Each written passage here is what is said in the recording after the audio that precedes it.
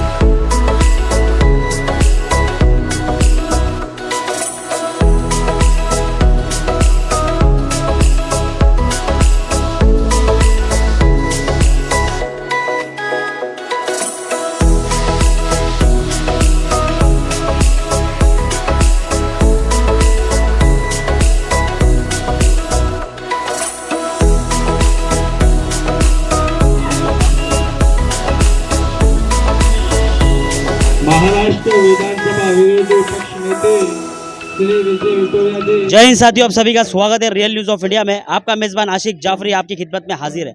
तो अभी हम भारत नगर बैंड्रा ईस्ट बीकेसी भारत नगर में यहाँ पर वाल्मीकि नगर के इस एरिया में मौजूद है और बैकग्राउंड में आप देख सकते हैं कि यहाँ पर जिस तरह से आज पूरे महाराष्ट्र में गणपति उत्सव बड़े धूम धड़ाके से मनाया जा रहा है। तो यहाँ पर वाल्मीकि नगर में राजेश रिडलान जो कांग्रेस के लीडर हैं, उन्होंने उनके नेतृत्व में यहाँ पर बहुत बड़ा गणपति का मंडप बनाया है। गणपति पप्पा को यहाँ पर उनको यहाँ पर बिठाया है, तो यहाँ पर लोग आ रहे हैं। तो इसी तरह से आज यहाँ पर हमारे बीच कांग्रेस के सारे कार्यकर्ता और पदाधिकारी का भी इनका सबका यहाँ आना हुआ है। तो यहाँ पर एक कांग्रेस के लीडर सचिन सावंत जी यहाँ पर मौजूद हैं। तो चलिए इनसे पूछेंगे कि सर का यहाँ आना हुआ है और क्या कहना है। सचिन सावंत जी, आपका स्वागत है हमारे चैनल पर। राजेश रिडलान जी के प्रोग्राम में आप खुसूसन आते हैं, हम देखते हैं अक्सर कि आप ज़रूर आते हैं। और यहाँ पर आज गणेश उत्सव के यहाँ पर मंडप में आज आपका आना हुआ है। तो आज गणेश उत्सव को लेकर, फेस्टिवल को लेकर क्या कहना है आपका? देखिए, मंगल मूर्ति है तो सभी का मंगल हो, यही कामना लेकर ये उत्सव यहाँ सभी लोग मनाते हैं जी। और कांग्रेस के माध्यम से यहाँ राजेश रिडलान जी ने ये गणपति उत्सव रखा है, तो निश्चित तौर पर सभी लोग मिलकर इसको मनाने की कोशिश हम लोग कर रहे हैं। और अभी आपने देखा होगा नेता प्रतिपक्ष विजय वडेट्टीवार जी भी आके गए हैं। सभी नेतागण आते रहेंगे और सभी में शामिल होंगे खुशी में। सर आके गए, विजय सर आके गए यहाँ पर, मगर हमारे उनसे बाइट नहीं हो पाया। तो वो कुछ सवालात थे जो हम आपसे भी पूछना चाहेंगे। जिस तरह से यहाँ पर हम देख रहे हैं मुंबई शहर के अंदर और खास करके बांद्रा विधानसभा के अंदर कांग्रेस लावारिस पड़ी है। यहाँ पर पद लोगों को घोषित नहीं किए जा रहे हैं और यहाँ पर मामला बड़ा गड़बड़ा चल रहा है। तो ये लोग जो यहाँ के कार्यकर्ता हैं, जिनको पद के लिए जो उम्मीद लगाए हुए हैं, तो कांग्रेस अपना बेस, अपना संगठन ये मुंबई शहर में और बांद्रा विधानसभा में कब बनाएगी, क्या कहना है इस पर आपका? देखिए, निश्चित तौर पर जैसे पहले जो यहाँ इस एरिया का प्रतिनिधित्व कर रहे थे, उन्होंने पार्टी छोड़ दी थी, उनके साथ कुछ लोग चले गए। तो उसके बाद में आपने देखा होगा कि सभी कार्यकर्ताओं ने मिलकर ये चुनाव लोकसभा का लड़ा और सबसे ज़्यादा जो इस पूरे लोकसभा क्षेत्र में अगर लीड मिला होगा तो वांद्रे विधानसभा से मिला है।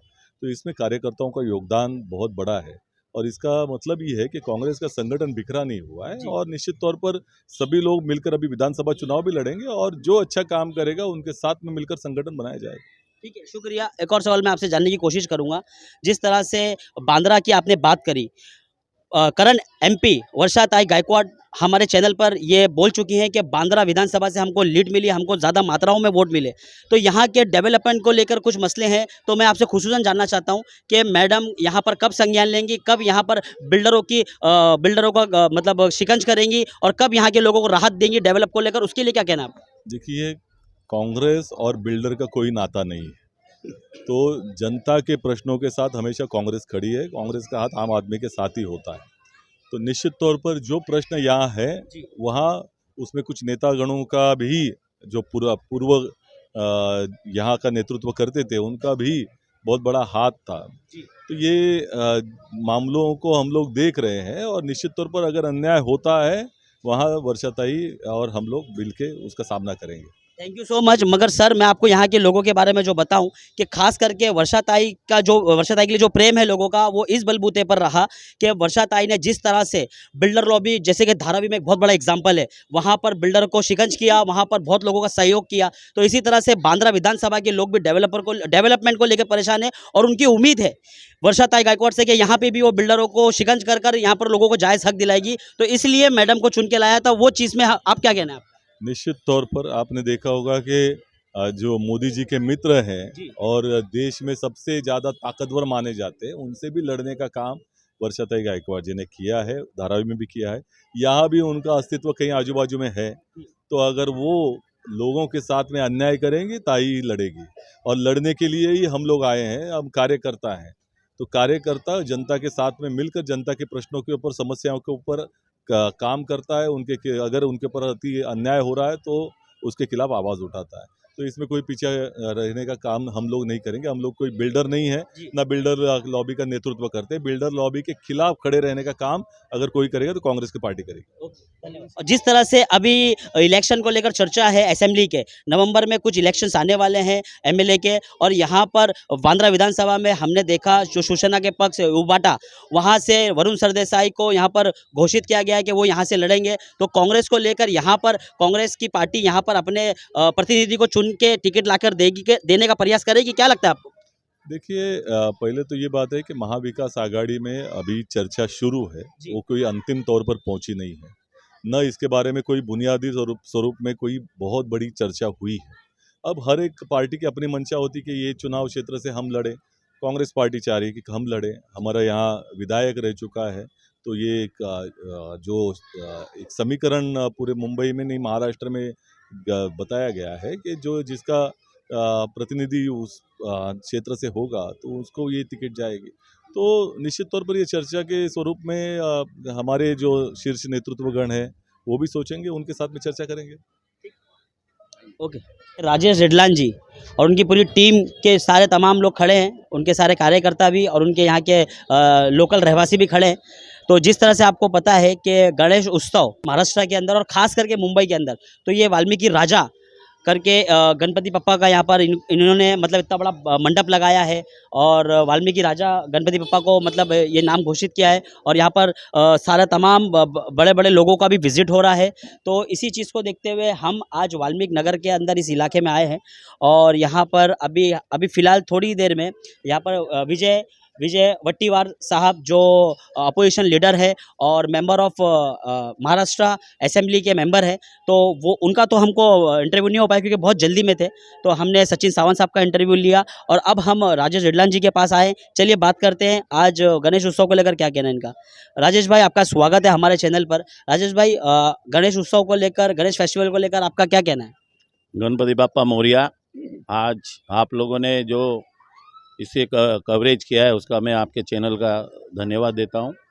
और गणेश उत्सव महाराष्ट्र का एक बहुत बड़ा त्यौहार है और जो हम यहाँ पर पिछले 30-35 वर्षों से वाल्मीकि नगर का राजा स्थापना हुई, महर्षि वाल्मीकि मित्र मंडल, और उसने स्थापना की। और उसी के साथ साथ हमारी दोनों सोसाइटी जो एसआरई की सोसाइटी रजिस्टर्ड है, जय वाल्मीकि और गुरु वाल्मीकि, उनके सौजन्य से ये गणपति हर साल नवरात्रि और गणपति यहाँ पर बिठाई जाती है। ये गणपति ये 10 दिन की है कि कितने दिन की, क्या बताना चाहिए? ये 10 दिन की गणपति, तो 10 दिन के बाद विसर्जन करा। पिछले 30 सालों से ये वाल्मीकि नगर का राजा गणपति पप्पा यहाँ पर बिठाए जाते हैं। इतने बेहतरीन मंडप को लगाकर और बड़ी शानो शौकत से ये मतलब गणपति पप्पा को यहाँ पर वेलकम करते हैं और पूरा एरिया सजाते हैं। आप देख सकते हैं बैकग्राउंड में कितनी खूबसूरत नज़ारा है, कितना पूरा वाल्मीकि नगर सजाया हुआ है। तो देखिए ये है राजेश हिडलान जी का इस तरह से सेटअप। तो इसी तरह हमारे चैनल से बने रहिए। जय हिंद, जय महाराष्ट्र।